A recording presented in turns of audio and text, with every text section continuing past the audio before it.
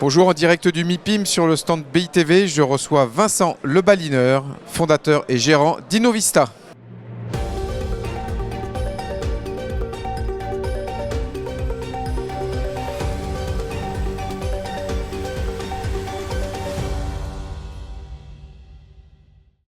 Bonjour, bonjour Vincent, on va parler un tout petit peu d'immobilier entreprise ultramarin. Mais avant, je voudrais que tu reviennes, que tu reviennes sur une initiative de place au lendemain du cyclone qui a frappé Mayotte pour reconstruire justement cette île. Est-ce que tu peux juste nous détailler un petit peu cette initiative? Oui, alors il faut, pour repréciser, donc l'océan Indien, 2 départements français, l'île de la Réunion, 900 000 habitants, un PIB de 22 milliards, 34 000 établissements employeurs, et à 2000 km de là, dans le canal du Mozambique, une petite île Mayotte, qui est département français depuis 10 ans, qui a connu le plus grave cyclone de son histoire, le cyclone Chido. On était juste après le Simi, c'était le 16 décembre. Mayotte a des besoins énormes, d'infrastructures, ils sont département depuis très peu de temps, d'infrastructures, de logements, d'immobilier entreprise, d'hôtellerie et d'équipements pour animer et faire vivre ce territoire. On a monté avec des partenaires une réflexion, et notamment avec des partenaires mahorais, un urbaniste mahorais, un groupe de travail autour de 3 axes. On s'est dit, reconstruire Mayotte, il faut 3 choses. Du foncier. Comment est-ce qu'on libère du foncier? Comment est-ce qu'on l'aménage? 2, il faut des entreprises, des matériaux et des hommes. Comment est-ce qu'on les fait venir? Comment est-ce qu'on développe des compétences locales? Et puis 3, il faut du capital et du financement. Des terrains, des hommes, des matériaux, des entreprises, du capital, du financement. Donc on est en train de fédérer avec ce partenaire mahorais un groupe de travail et de s'intégrer dans la loi cadre qui vient d'être déployée, la loi d'exception de reconstruction de Mayotte, donc avec les autorités publiques, avec les aménageurs locaux, et de voir comment nous, opérateurs privés, dans l'ensemble de ces domaines, les terrains, les entreprises, les matériaux, le capital, le financement, on peut participer en amenant des solutions clés en main. En disant, vous avez un sujet, on peut le prendre en main, on vous accompagne et on déroule. Et vous savez faire normalement. Et on a un peu d'expérience là-dedans. Je reviens sur l'immobilier, je reviens sur le marché de l'immobilier d'entreprise aujourd'hui à La Réunion. C'est quoi l'état de santé de ce marché? Alors, on a toujours le taux de vacances, je crois, le plus faible de France. On est en dessous des 3%. Ah, ça va faire des jaloux, ça. Alors, on a un taux de vacances qui est structurellement très faible, puisqu'on a une contrainte foncière importante, donc peu d'opérations neuves qui se développent. On a depuis... on parlait de notre dernier MIPIM avant de prendre l'antenne ensemble. Depuis une quinzaine d'années, on a une hausse continue des loyers. On n'a jamais vu les loyers baisser. En toute honnêteté, ça se stabilise un peu en ce moment. Pour vous donner un ordre de grandeur, le prime sur le bureau, il est à 360 € du mètre carré. Sur l'IT, à peu près à 180. On a une très très forte demande aujourd'hui, soit des TPE, soit des grands utilisateurs pour de l'immobilier tertiaire de qualité. Donc on voit naître à La Réunion des opérations un peu structurantes qui répondent aux meilleurs usages, aux meilleurs standards. D'accord. Donc là, une vraie demande là-dessus. Si on doit parler de ce qui ne va pas, parce qu'il y a aussi des choses qui ne vont pas, on a une très très forte hausse des procédures collectives, redressement, liquidation d'entreprise. Ah oui, sur la santé économique des locataires. Sur la santé économique, un climat des affaires, l'indice du climat des affaires publié par l'IEDOM, la Banque de France, qui est en baisse. Ce n'était pas arrivé depuis la période Covid. Donc voilà, quand même une période un peu trouble, mais avec des fondamentaux qui restent solides. Je shift sur une annonce que tu nous avais fait il y a quelques mois sur la création et le développement d'une structure de gestion d'actifs, Innovista REM. Premier bilan aujourd'hui et peut-être feuille de route à venir. Alors c'était au Simi il y a quelques semaines. On travaille sur Innovista REM aujourd'hui sur 2 axes principaux. Le premier, c'est du fonds d'investissement Île de la Réunion sur des projets structurants. On a à La Réunion déjà une foncière immobilière cotée, on a de CBO Territoria, on a une SCPI qui est dédiée à l'outre-mer avec nos amis d'Interinvest. Donc on pourrait se dire, tiens, pourquoi une nouvelle offre?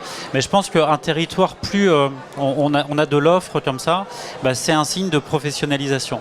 Et donc là, nous, on ne va pas venir travailler sur ce que eux font, mais on a besoin de capital sur des grands sujets, des grands parcs d'activités, de la logistique, voilà, donc plutôt ça. Et puis le deuxième axe sur lequel on travaille, c'est de l'investissement en métropole, puisqu'il y a des capitaux ultramarins. On a beaucoup de family office, on a un capitalisme familial qui est très fort sur nos territoires. Donc c'est de les aider à diversifier. Et donc on est là aussi au MIPIM pour faire des rencontres, créer des partenariats. Exactement. Donc c'est de faire venir du capital sur nos territoires et puis aider le capital ultramarin à se diversifier et se diversifier en hexagone au meilleur standard. Bon, la Réunion c'est bien, mais c'est pas tout seul. Tu révèles notamment au MIPIM un observatoire de l'immobilier d'entreprise ultramarin qui est le premier, je crois, jusqu'à ce qu'on m'a dit, consacré au Dom-Tom. Juste si tu peux nous le présenter et quels sont un peu les premiers enseignements de cet observatoire. Alors, à l'île de la Réunion, on produit des études depuis, et merci de le relayer, on produit des études depuis 2014, donc on commence à avoir un vrai savoir-faire là-dessus.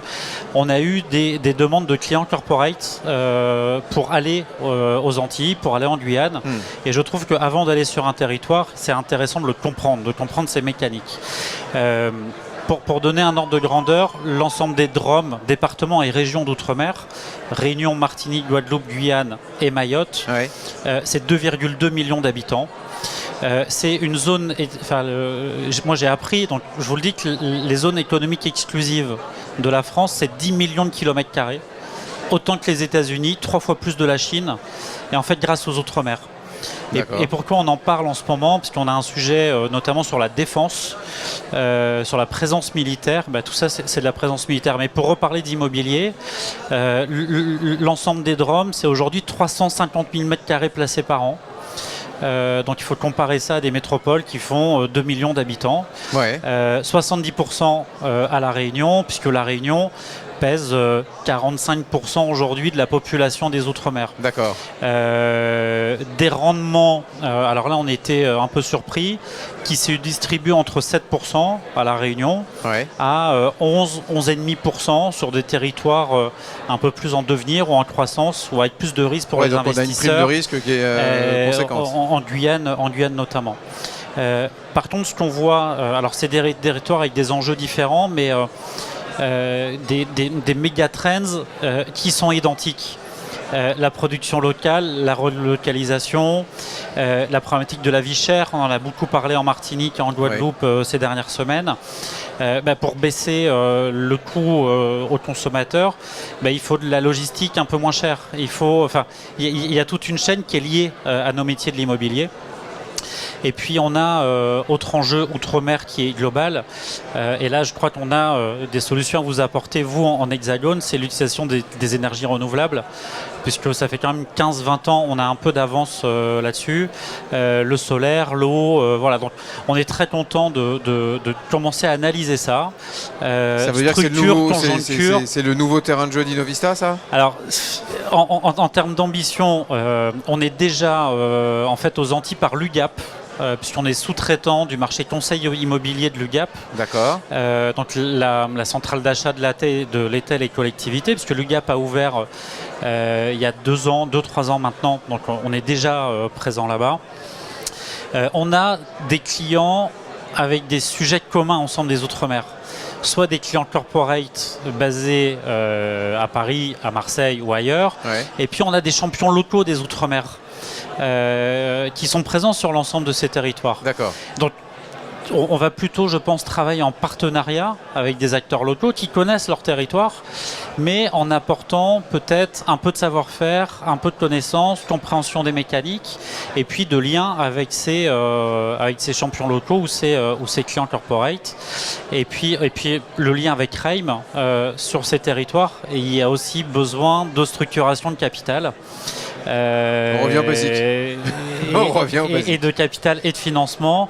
Donc on pense qu'on a des sujets et je pourrais en dire un peu plus parce que je suis à Fort-de-France la semaine prochaine. Donc on va travailler sur ces sujets un peu différents pour nous. On va suivre ça depuis Paris, depuis Cannes, depuis Fort-de-France, depuis Saint-Denis, je ne sais pas, mais on suivra tout ça. Mais ce qui permet de communiquer ensemble sur plusieurs fuseaux horaires. C'est un peu sympa. Merci Vincent Merci Levallière. Gaël, merci beaucoup.